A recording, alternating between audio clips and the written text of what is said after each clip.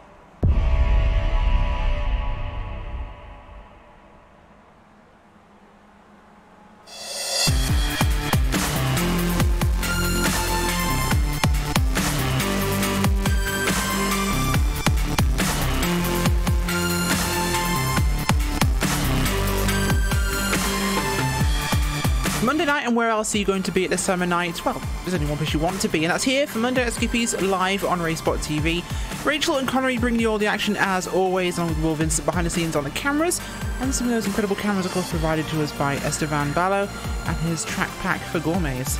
Brilliant cameras that let you see every moment of the action here on Monday night Skippys, and today that action is taking place, Connery, in Belgium at Zolder.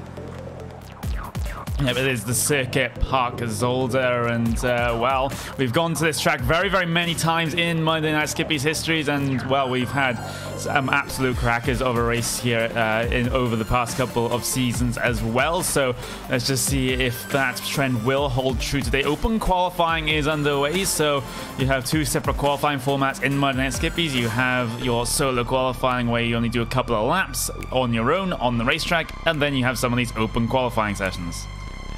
I do find it quite funny how sometimes we decide to have the closed qualifying on tracks where it would be no real hindrance to have multiple cars, yet at the tighter, twistier tracks like this one, which does somewhat to an extent, Connery, have a street circuit feel to it, we decide to go open qualifying where they can get in each other's way. Yeah, exactly, but the draft effect isn't too big here, so the slipstreaming groups that we usually see in qualifying aren't as prevalent, because of the amount of slow speed chicane, slow speed corners here that are dotted throughout the lap. But current provisional pole sitter is Mr. Benny Simonson, number 31 machine, 143.277, currently beating out Simon Edwards there, also on the front row for now. But we've still got about 2 minutes of qualifying to go, so that could all change. Certainly could, and we look at our 1 second bracket, and that's only 13 places today, Connery, down to Adrian Bidewell, just about a hundredth of a second off that marker. But this tells you this track is going to be pretty difficult for these drivers, of course. So the shorter that second bracket is, remember viewers, the harder the track is. The more difference you'll see between individual driver pace. So the smaller number of cars we have within that 1 second, tougher the track. The more drivers, the easier the track. Remember, Lime Rock Park at the start of the season, we had 41 cars within the second. So it's always going to be one of those big variances, but big boys at the front here, Benny Simonson back for a round here. He's pipping out Simon Edwards, who's one of the big stars this season of the series. Anthony Catt, Nathan Davies, Bill Fraser. Bill's not had a good start to his season, Connery.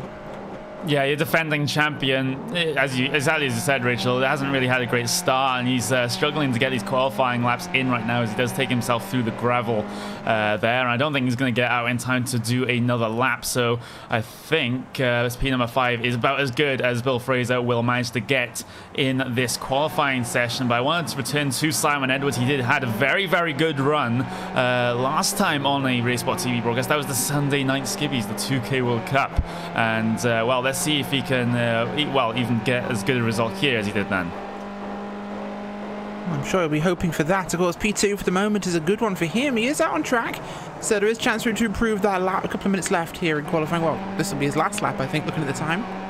There's about 8 seconds left on the clock, so we'll be wrapping up qualifying in short order, but a couple of drivers still out on laps to finish.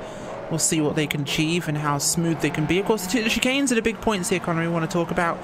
The first two chicanes really tough. First one not as bad, but the second one, that is an awkward chicane. Yeah, and both these chicanes have some pretty vicious, or can be pretty vicious, anti-cut curbs on the inside there, especially coming down into the first one. We've seen cars get wheel damage, get suspension damage, just cutting those curbs a little bit too close. So that's something drivers have to be concerned about, especially on the first lap, as every single one of these 45-plus cars tries to follow their way down through there. It can be a little sketchy, but checkered flag is out on the racing circuit right now. Only a couple of cars left to come across the line. The 361 of Jack Hobbs, looking to improve himself from 11th on the grid. Currently heads his way across the line, and he does not... Actually, he does improve. P number 9 for Jack Hobbs, waiting for the number 9 of Jake Forster now. Currently all the way down, not even set a lap time, so outside of the top 45. And he's going to come across the line and also will not set a lap time, so he'll be starting last row. Well, to our starting grid now. The checkered flag is out on session number 2 for today. It's going to be Benny Simpson on pole position today, 43.277 for the pole. And second place is Simon Edwards, Anthony Catt with Nathan Davies, Bill Fraser in 5th place, Stuart Adcock, James McRitchie, Ben Daniels, Jack Hobbs, and Clark Williams in P10. P11 today, Gary Tour doing another good run of qualifying here. Mick Watson, Jonathan Sheen, Adrian Bidwell 14th place, Nick Sigley, Matt Cox in 16th place, James Whittington, Jeff Killick 1st and 19th place, not a track you'll be liking, and Neil Bamber in 20th. Rest of the results are up on your screen. We have 14 laps here tonight, Connery, and by the looks of things, about 50 drivers, so this on a short, tight, street-feeling track, this is going to be a busy one.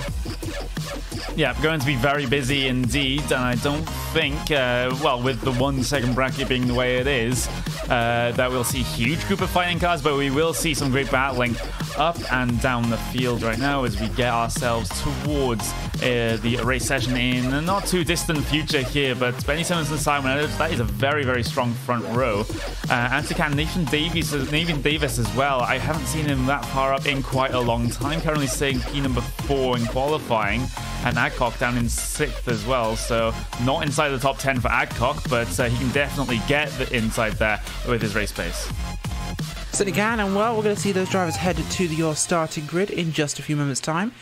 They'll be starting that process of gridding now, and like we said, 14 laps of racing here tonight should make this one a bit more interesting. The track is quite cool at the moment. We've got 69 degrees Fahrenheit, Connery, and cloudy.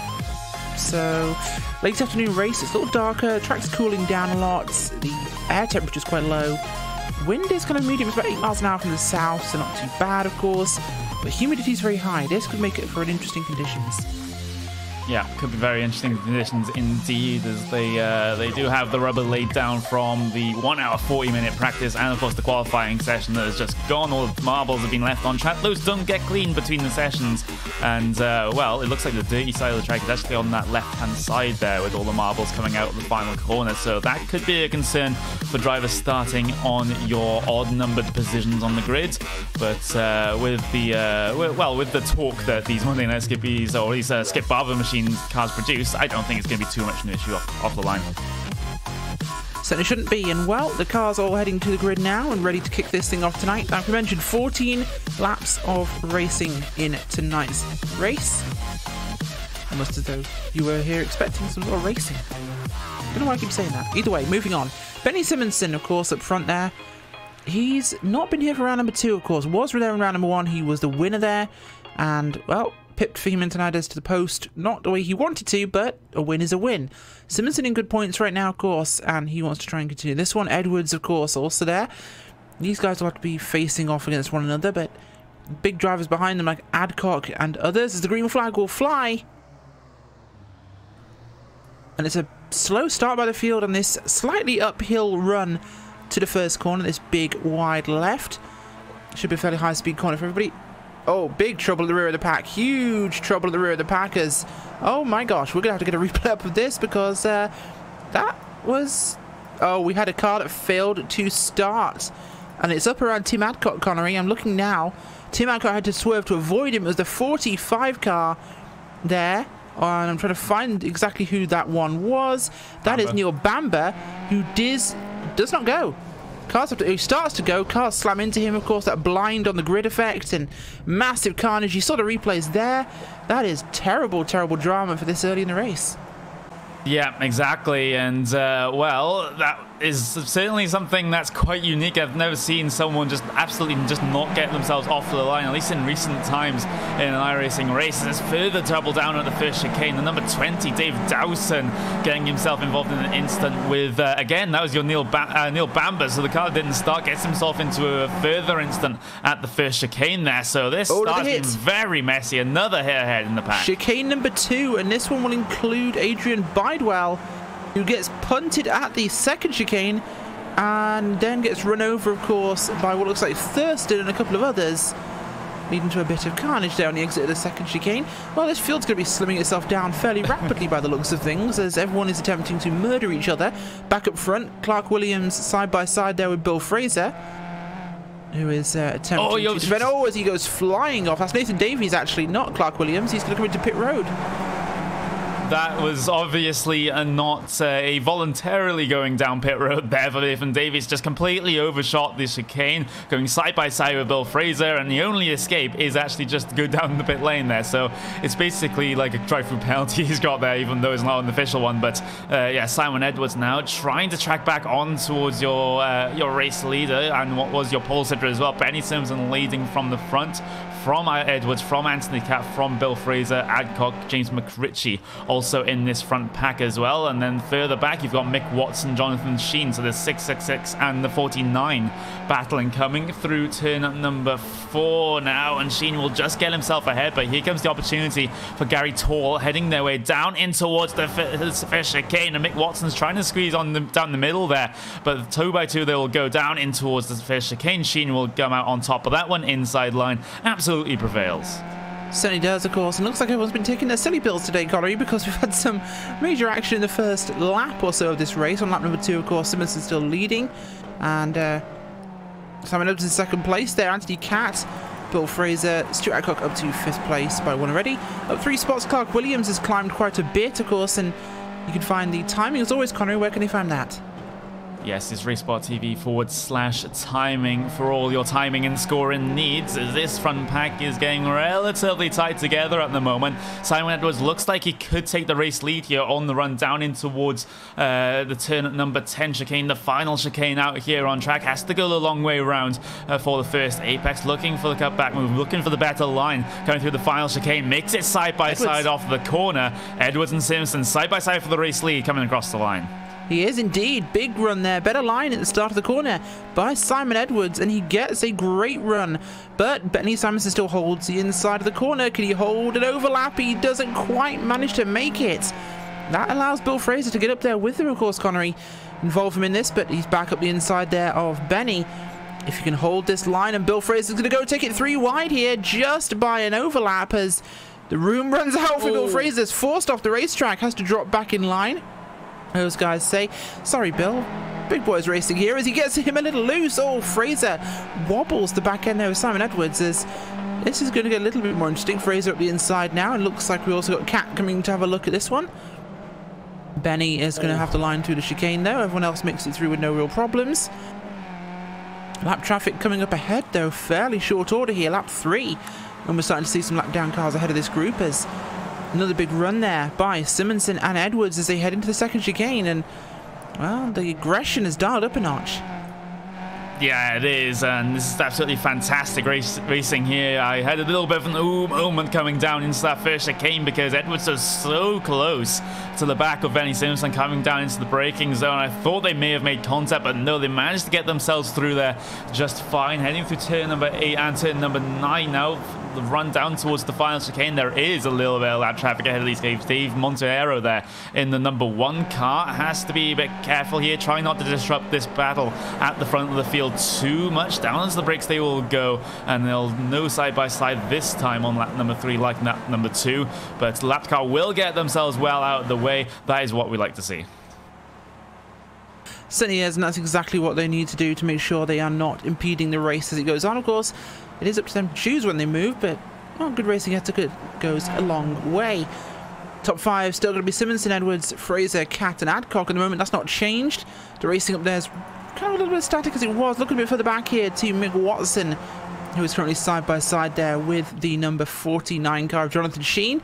Working his way past Sheen here, Connery, as behind them looks to be Gary Tall, I think that is. Working his way up to these two, tries to get involved at this point. He would like to get past these two, but they are battling quite hard. As we're going to expect to move here from Sheen, a counter move into the first chicane. Oh, chooses to back out instead as he nearly went at the back of him. Front back. Yeah, Simon Edwards dropping off the back now. That was contact with Bill Fraser, the defending champion, heading into the first chicane. And Bill Fraser, he had carried way too much speed. Here's the replay on screen. Dive down towards the inside. Not enough speed to make the apex. Gets the car into a slide. Somehow makes himself get through that anyway. But Simon Edwards now is at risk of losing this front pack. Yeah, he certainly is, and that's really been a bit of a heartache there for Simon Edwards, who was performing so well. Contact has clearly damaged the car. He's got damage to the side pod and possibly suspension there, so that might be a trip to the pits for him and end of his race. For the retirements from Nathan Davis and Adrian Bidewell at this point, as up towards the front pack, it's still looking like the same story, although now it's Bill Fraser's turn to come up after Benny Simmons and see what he can do. This brings Adcock into third. He got past Anthony Catt there, Connery. That raises him up the running order somewhat, as we're going to see exactly what new contenders can do to Benny. Is he defeatable? Yeah, and Simon Edwards down on towards the lane, so that damage is pretty terminal. So they'll come down and get that fast repair that they're allowed one of over the course of this race. I have to say that incident, that's yet another case that we've seen over the past couple of seasons. It's actually Stuart Adcock off there in the turn number 3 onto the grass, into the gravel. Will drop multiple positions, but returning to my point, Bill Fraser, he has gotten this reputation amongst these drivers that he is a bit over-aggressive. He does get a bit hot-headed, and I think that's exactly another situation that we've just seen there of him going for a move that perhaps just wasn't on. Yeah, certainly, and that's what these drivers need to be careful about, of course. In what is a community series here, a club racing sort of affair, don't want to be getting people annoyed, because that tends to come back and bite you later in these seasons or in other aspects of community. Bill Fraser's closed the gap there on Simmons, and he's right up behind the 31 car. Adcock not quite been able to clear Anthony Catt. In fact, no, he is actually quite clear. He's just in traffic there. A little bit further up the running order. Although, actually, no, has he had a problem? I think he might have actually had some sort of issue there. He's dropped back quite a lot of positions, Connery. Where did this happen? I commented on it when I had my part of the broadcast there, Rachel. He's currently fighting with Jack Hobbs for what is going to end up being, well, this is P number 7 on circuit. P number 6 and P number 7, in fact. And Adcock, yeah, he went off into the dirt, into the gravel, coming through the first sector on that previous lap. So couple of your leaders that, well, started at the front during this race, the likes of Edwards, the likes of Adcock, running into a couple of issues. It is still only Bill Fraser and Benny Simpson, which is basically left of this front pack. Absolutely, 3-second gap there between them and Anthony Catt, and no one looking like they're actually going to try and make any moves. McRitchie up in the 4th spot there with Clark Williams in 5th. Adcock is slowly catching that group, but that will turn around. Jack Hobbs there with him. Gary Taunton next in our line there with Jonathan Sheen, Matt Cox in that grouping. Ben Daniels, who had issues earlier on, he's struggling to work his way back towards the front. Killick's moved up 6 places so far, Connery. Jeff Killick in the 04. He's up from 18th to 12th. 22nd to 13th is Adam Terry, who's having a fantastic race so far. Yeah, absolutely brilliant race from the number 87, as there was a little bit of the battling behind him there. I believe that was with the cars of Pierre Cow and Mick Watson behind. As actually we're going down towards P number 30 now. This is James Child versus Aidan Brow here. Number 93 versus the 5, having themselves a good little fight. And we do from time to time like to cover these battles further down the field. There are of course 50 cars plus in this race. It'll be a little bit disingenuous to focus on the front all the time. So here's James Child and Aidan Brow, just heading their way through the first sector. Absolutely, and they're going to work their way back around the racetrack yet again. He has gone very wide there, Connery, to make sure he keeps his eyes on what's going on there.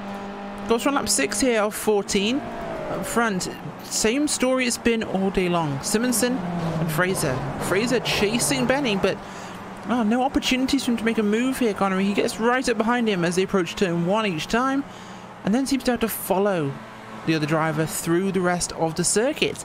He needs to try and find himself an option, as Benny did run wide, but he's not lost as much time. No, he hasn't, and there's a bit of lap traffic coming off of the lane as well. Jake Riddington adding gearing, just deciding to get themselves back out onto the racing surface. Let's just see how they affect things, maybe heading down towards the first chicane, but coming through turn number 4 they come now, and Fraser, he's going to carry the momentum off the corner. He's going to get the double slipstream off a lapped car and your race leader as they'll negotiate the traffic okay, but Fraser's going to be cutting it close, looking to the outside, but decides to back out of that one, and Benny Simpson does get the car only just slow down for the corner as over the curbs goes Bill Fraser. Have to be very, very careful with the anti-cut. Certainly is, and we'll have to be very careful indeed as the track starts to become the enemy, not the other drivers, as Clark Williams here working on McRitchie for 4th place. Adcock has caught right up to this group, so this is where our focus is going to be for a period of time here, Connery. Williams up 5 spots from 10th to 5th right now, and he's working on McRitchie, but he has to keep his eyes on one of the series veterans behind him now as McRitchie takes a look to the outside on Cat. Was going to dive for the inside at the chicane, or the hairpin I should say. Gets it done. Nice undercut there by McRitchie. Gets that place secured, moves him up to 3rd spot. We'll take a defensive line here into the final chicane. Up they come. Williams also going to just stick his nose out there, see if there's an opportunity to go in the brakes. Chooses not to instead, but going to take a little bit of a shallower line there through the final corner. And once again, the train will just progress forwards. Simonson and Fraser handling that lap traffic all right at the moment. There's more coming up, and depends where they catch it, but not really been an issue so far. Everyone being respectful, of course, as the field just moves on. Robert Plumley running back in the 13th spot there. He's just ahead of Adam Terry. So Peter Cowan, Mick Watson, Adam Terry, and Vaughan Roberts in that group right at the very back. Doug Pickering, a name we've not seen in this series for quite a while, 24th place. He's currently chasing after the machine there of Charles Kellyman, trying to do what he can to get past. The Apex driver is sporting a yellow version of Apex. Is that any significance, Connery? I am not too sure. Some of these Apex drivers do like to pick their own color schemes for their particular liveries, as Kellyman will actually fight back on the outside here coming down through turn number 2. So even though there's a little bit of damage to the rear bodywork of that number 67 car, still has the pace in the car to be able to fight any moves that Doug Pickering puts on him. But the thing is, Doug Pickering will get himself ahead for turn number 4 now, as looking back towards the 187, is he having a couple of issues. He has had a massive issue coming up towards, actually that is coming through the first chicane. Oh, he got over those anti-cut curbs, and we've been making this point all race. If you go over those, it's very difficult to try and get yourself out of a sketchy situation that involves yourself with a tyre barrier. It is, and it has cost him the front of his car there as he comes straight off the curb, straight to nose first. Big impact there, loses the entire front bodywork off his car. And it seems to be attrition has been our biggest passing opportunity all. Yeah, it could be Robert Plumley. Yeah, it could be Robert Plumley that has an issue as well. The 147, he's currently embroiled in a fight with Mick Watson and Peter Cowan. Very tight heading down through the final chicane, and Mick Watson and Cowan will get themselves off the corner a little bit better than Robert Plumley, as there's Adam Terry behind this one as well. So Plumley not running all that well. James McRitchie finally heads his way down on towards the lane to get that damage repaired and get that fast repair done for him. He will just drop down and come out well outside the top 20. So not a great day for him as well, as Robert Plumley, the 147, we were talking about it, he pushed wide down at the hairpin, which is why he's lost a couple of spots. Certainly has, and well, like I was saying, this seems to be the race of attrition as we lose another car there off the track in front of the cars of Cat and Co. Believe that's one of our lap down vehicles just in front of us. I'm going to try and work out who actually that was, and that is going to be the 41 car, Jake Ridlington, who pyongs off the track there. Actually, no, that was the one in front of him. He's off the grass now. Yeah, that was, either way, that was Colin Rees, I believe, there we just got in shot. Simonson and Fraser still about 1 to 2 tenths apart. Those two basically separated by a car length at the moment. They have been for the majority of this race. On to lap 9 here, and no change in that part of your field.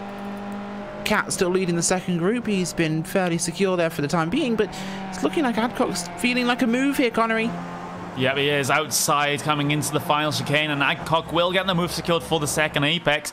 But what does Clark Williams have to say about this? Will we see 3 wide hanging across the start-finish line? Yes, we will see 3 wide for P number 3. Anthony Cat on the inside, Adcock in the middle. Clark Williams having to go the long way around at turn number 1, but deep on the brace goes Adcock, trying to get the advantage on entry, and in fact does hold position. That is fantastic defensive driving from Adcock at 3 wide yet again, heading up towards turn number 2 now. Clark Williams on the inside gets himself in towards P number 4, but Cat is still desperate for that position as well. He really is, and wow, these guys are taking this one up a notch here as we get a big battle for what will be 3rd place. The final podium spot, of course, up for grabs in this group. They're about 6 seconds back now from your leaders, so catching them and contending with 4 laps to go, Connery, not likely. But Cat just gets past Williams there, defends that spot. These guys are fighting for that 3rd and final podium position, and it's going to be a hard-won fight. Yeah, it's a good points haul for finishing 3rd, so this is for fairly major points as Clark Williams. He's been a little bit more aggressive than we usually see him as, Jack Hobbs behind just went quite deep on the race, almost ran into the back of him, but manages to get that car stopped in time for the chicane as they file themselves through what's going to be turn number 7 there, down towards turn number 8. But yeah, here comes Jack Hobbs actually behind. He's taking so much momentum through that sequence of corners, down onto the brakes now into the hairpin, and still not really any opportunity for Hobbs to capitalize on, but gets a decent run out of the hairpin, can just try and pull off this slipstream pass on Clark Williams coming down to the chicane, but no, he's going to be patient. He is going to choose patience instead, because that is actually probably a safer virtue at this stage of the race. We've seen so much attrition here. Brave, bold moves have not been rewarded so far today. The cold conditions possibly having that effect. Connery will hear from some of the drivers afterwards, I'm sure. But at the moment, it is still one of those races where these guys are almost struggling as much as against the track as they are the drivers. Once again, Fraser, no real progress on Simonson. It's almost looking like they'll finish in that same order. Neither of them seems to have the real advantage or disadvantage in this case. Yeah, 49 car and the 027 there were side by side just now, and they're not right this second, but of course that is Ben Daniels and Jonathan Sheen. The Union Jack car of Ben Daniels looking for an opening on that very Renault machine. So it's almost a Britain versus France job there as Sheen was off the track, and advantage will be taken by Gary Tall, who will jump to the outside here, Connery. Yeah, outside it has to be for Gary Tall, and well, will Ben Daniels get very greedy? He does get greedy, but the door is shut, but Sheen spins himself out off the corner as contact behind as well with Gary Tall involved. Wow, that was a little bit of a mess. Here's the replay on screen. Yeah, there you go. You see what was very much a silly racing incident there as the two of them come into the corner, and you see the massive run past on the outside, almost, yeah, cutting him off there. Cuts off Ben Daniels, does Sheen, onto the apex, which kind of cost him himself. Bit of karma struck there as Ben Daniels was the only one to escape, and really the innocent victim in that one was Gary Tall, who just catches the back end of Daniels' car as he stops to avoid Sheen. So unfortunate for Tall, but Sheen kind of deserved that one, although he's managed to get back past in front of Tall. Yeah, it's another situation where he went a bit too fast into the corner, tried to cut off the nose a bit too much, and well, there's no contact between the two cars, but Sheen managed to get himself up and over those anti-cut curbs, which just completely ruins the stability of the car. So it's not entirely surprising that you go off into the gravel at the exit of the corner if you do that. But the battle for the race lead is still on here, Rachel. Fraser and Benny Simonson, they're still very, very close together, and they've got lap traffic to contend with as well. Neil Bamber, he's going to be slow off of the corner here, but dives out of the way. And now we kind of need to see the typical aggressive Bill Fraser here coming down into one of these corners. He hasn't got many laps to work with. Oh, anti-cut curbs, and Benny Simpson off the racing circuit. That's your race leader. Race lead has now been swapped into the hands of Bill Fraser there due to a mistake from Benny Simpson coming through the chicane, and yet again it's the anti-cut curbs.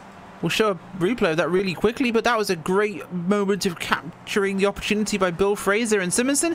Huge save. I've got to give it to him there, Connery. That was a massive save.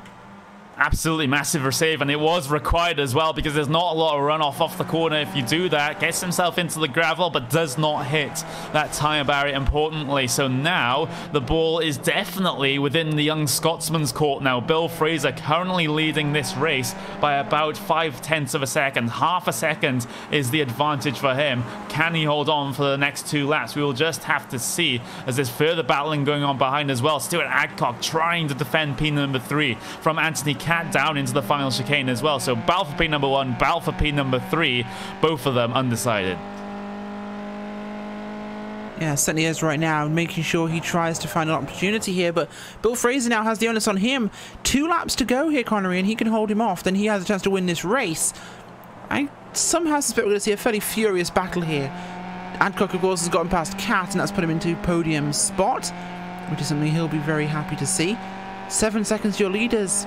Not going to come down in the next 2 laps, but could definitely change things up, of course. Hobbs has gotten past Williams as well. Look a bit further down, Gary Tall. Well, he's trying to fight his way back. He has to get past Big Watson and Sheen now, but not looking too likely. Cowan has worked his way up from 45th to 11th. Wow. That is a huge amount of positions gained. That is going to be, well, 34 to 11. That's a gain of plus 34, at least on my screen there with the timing. As Benny Simonson down the inside for the race lead. That's a huge move. Forces Bill Fraser out onto the outside line in the chicane. Both of them actually get a horrible, horrible exit to the corner. But what a power move there for Benny. I'll replay up for you there. Benny Simonson forcing Bill Fraser into the place he wants, but slow down for Benny Simonson.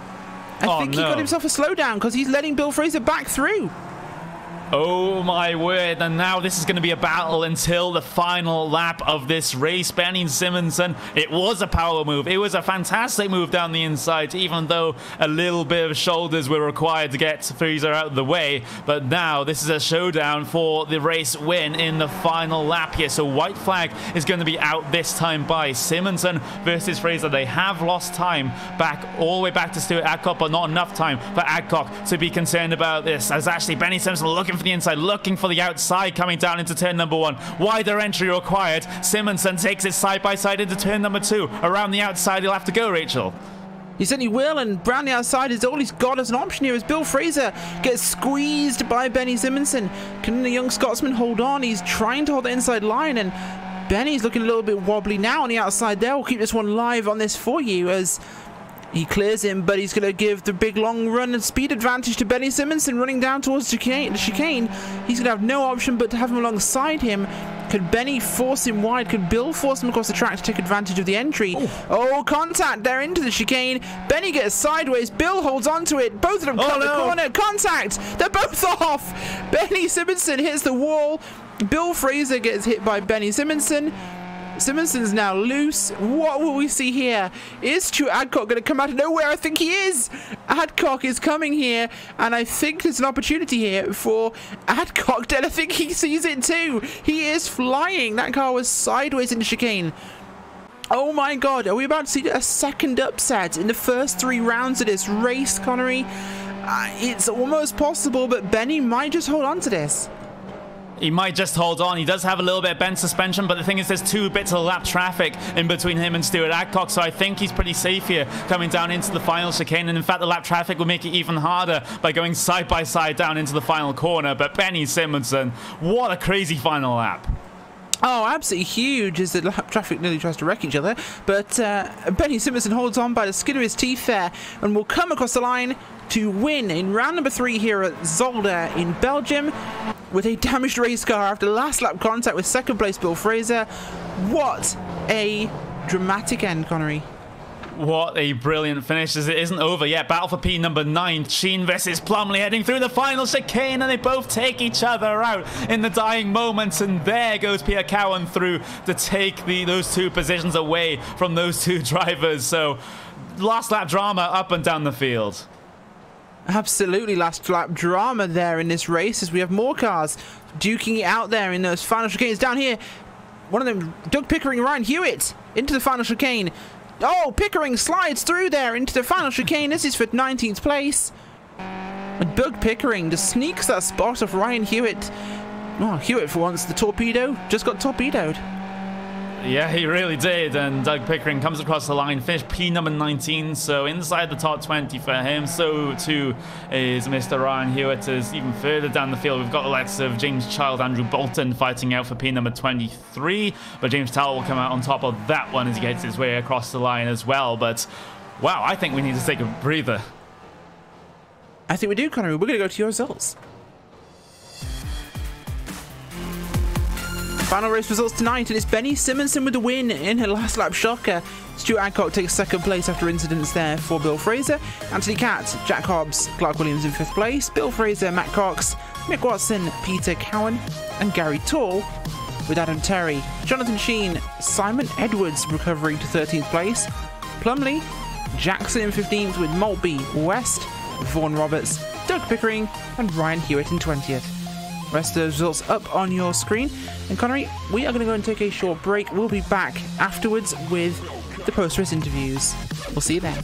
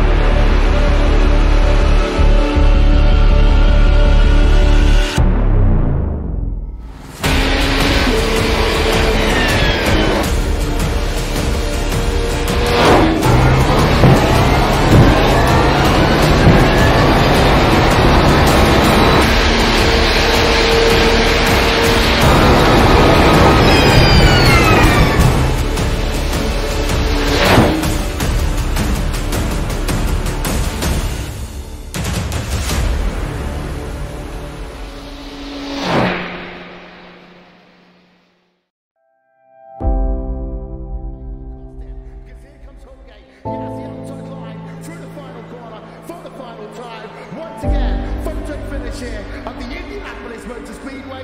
Will it be Tim Hogan? It's going to be Christopher DeMerrick at the line.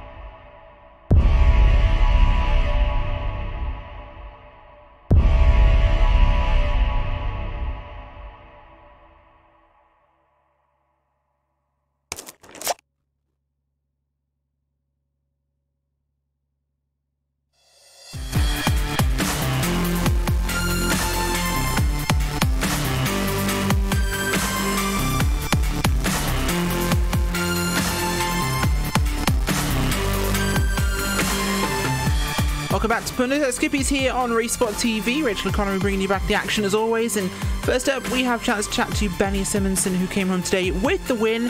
And Benny, it looked like you had this one in the bag for most of the race until you lost a spot to Bill Fraser. Tell us about those final laps. Yeah, well, I don't know if I had it in the bag. I think Bill did the right thing. We got the gap, and I was kind of like hoping he wouldn't fight me too hard to try to get away, and he did that. And then I thought we might battle it out on the last few laps, but then I made a mistake, and he got by, and then it was a bit of a fight on in the end. What happened in that run through the first chicane on the final lap? I think I was trying to go for the undercut, and I think it looked like Bill outbraked himself, hit the second curb too much, and then kind of just bounced back into the race line and wiped me. I think it was just a bit unlucky for him, but yeah. Well, regardless, good win, Benny, and fantastic points in the bag. You're not running all season, but that's 2 wins so far, so not doing badly. Now let's see how many wins we can bag so far. Certainly will. Well, thanks for joining us. Benny Simonson comes in today with the win. Next up, we're going to have a chance to chat to, like in English, I promise, Gary Tall, who came home today in the 10th spot. Only made it 1 spot today, Gary, 11th to 10th, but you had a very active race. Yeah, just a bit. There was quite a lot going on. I was not too impressed with a couple of drivers. I mean, moving in braking zones and things like that, I just don't really think that's necessary. No, that's a sentiment a lot of drivers might share, and seemed to be a bit of an issue to do with all the chicanes. Traffic was a problem? Yeah, I think it was. I mean, Mick and Jonathan had a little bump in front of me, and I think that took Mick off, and then I think it was Ben and Jonathan later, and I couldn't avoid that one, so I dropped probably about 3 places there, and then I'd got a bit of damage. I'd been hit 2 or 3 times by that point. The wings I think were okay, but I think the suspension was a bit bent. Oh, regardless, a good top 10 finish is certainly points not to sniff at, Gary. No, it's okay. I mean, it's always a frantic race, I think, at Zolder, and to be honest, it's not one of my best tracks. Well, either way, 10th place today out of a big field, so congratulations to you. Cheers. Connery is standing by with Mr. Thurston. Yes, I am, and well, Paul, doesn't look like it was the greatest of races for you out there today, especially considering the start to the season that you have had with your fantastic qualifying results. What happened in the race there? We saw a little bit of carnage in the start, so one can only assume that you were involved in that. Well, it's more in the second chicane on the first lap. Someone up ahead, I don't know who, lost it on the exit to the chicane. Of course, we all had our footing, and I was about the 4th car back. Basically, there's absolutely nothing I could do. I had no time to react. So I smacked into the back of possibly Ben. I'm not sure exactly who it was. And then the guy behind me smacked into the back of me. Nothing I could do. Sometimes it just happens. Yeah. I mean, after that, I was down in about 48, something like that, 47, something like that. I thought, well, it's just plug away, and plugged away. A few people went off, a few people dropped out, so I caught a few people up. Had an interesting little battle early on with a couple of drivers, but then Tony Stack particularly, who was I got past him, but I couldn't actually drop him out of the turn. And then I managed to, and then I pulled away, and I caught John McGovern eventually, and in 31st, and came up with John McGovern. He just dropped it on the second chicane, ironically. I actually did feel really sorry for him because he'd driven beautifully up to that point. He'd controlled the gap. I wasn't getting close enough to pass him, but no, he just dropped it on the last lap. So I really, really felt for him there, having done that myself. But I didn't feel for him quite enough to give him the place back. So, 8 points. I'll have a point. Yeah, you need every little helps when it comes to points. Totally not a reference to any major supermarket chain in the UK, but going back to the race, at a racetrack like Zolder, is it quite difficult to race in close quarters here? Because we saw the rate of attrition, or the bad rate of attrition, be a huge factor in this race, with the amount of people going off, the amount of people just having car contacts. Is that just a feature of this racetrack, or is it just people are having an off day today? I don't think it's actually a feature of the racetrack. You can drive quite easily in traffic here, as long as as long as you're sensible. If you're going to go, stick your nose into the chicanes, you are going to hit someone. It's inevitable because they're really, really difficult. The braking zones are difficult. Once you're into the braking zone, you are committed. There's nothing you can do. You've got a choice basically. You can either turn in or you can go straight ahead. I mean, what are you going to do? Mostly today, I mean, the people I was racing were sensible. I mean, Gary was less lucky for him to sound a bit further up the field, but I was people were being sensible. Mine is that it was nothing to do with bad driving. It was just someone made a mistake at a critical point, which when everybody's that close. But other than that, it was it's actually really clean. I was going so early on. I mean, out of the first corner, I was 3 wide down the second straight, and we all got through. We all gave each other room. It was absolutely fine. So, if there are accidents going on, then the drivers need to look at what they were doing. Maybe they do, as well. Those chicanes were very, very tricky throughout this race, especially the anti-cut curbs. Some of the drivers falling foul to those as well. But overall, but we know that. The drivers know. I mean, you know, if you cut them too much, you're going to get a slowdown, and if you get the slowdown, you've got to take it somewhere sensible. It's quite easy to get through those without getting slowed down. It's the same as Spa. The number of people who moan about Spa saying, "Oh, the off-track's absolutely awful, the course cuts are terrible." Well, drive the track then. It's quite simple. I've won races at Spa and got 0 incidents. It can be done in good fields. So that's I don't actually take that as an excuse. The track is there. The track is how it is. Drive it.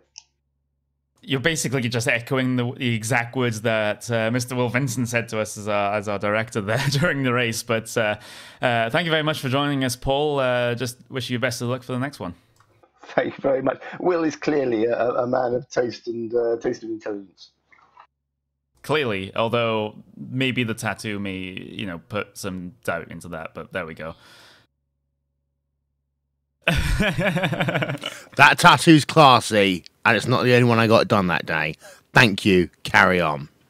I'm very sorry, Will. Let's just not go there. But Rachel, we also have Barry West here. We certainly do. And Barry, today was a little bit on the busy side for you. Tell us what happened. Yeah, it was. I'm pleased to say I have a front wing intact and a rear wing intact, no dent at all. But yeah, it was a bit chaos at the first few laps. It was having to avoid the carnage, which I managed to do. I think I picked up 10 places the first lap. And then just keeping my nose clean. I think the only one that overtook me was the recovering Simon Edwards, and I had to stay with him for a while, but he got 4 places in front. But yeah, it was good. Only 25 places, so not as many as Peter Cowan, but good enough. Yeah, it was the driving standards need to be looked at. I think the trouble with Zolder, turn 1, it funnels down, and it just encourages you to go 3 wide. And I think it's very difficult to go 3 wide trying to turn 1 safely anyway. And like Paul said about the chicanes, you just can't nose in unless you want it chopped off. That's it. Yeah, it's a good track. I've actually been there in real life. It's amazing track. Yeah. It certainly is. Well, Barry, a race survived is a race achieved. First results of the season, yeah. There you go. So fantastic run from there from Barry and everybody else. And well, we're going to take this opportunity to say goodbye tonight. It's been a great race as always here on the Net Skippys. Join us same time next week for round number 4. As I mentioned, I've been Rich Whiteford. I've been joined by Connery Maddock. Will Vincent, of course, on the cameras with Esteban Ballo's incredible track pack for Gourmet's cameras. And don't forget, this series, of course, has the charity sponsor on board of the Campaign Against Living Miserably, CALM, their award-winning charity dedicated to preventing male suicide, which is the single biggest killer of men under the age of 45 in the UK. So, of course, check those guys out. Information, of course, in the description. We've been RaceSpotTV. We'll see you next week. Good night.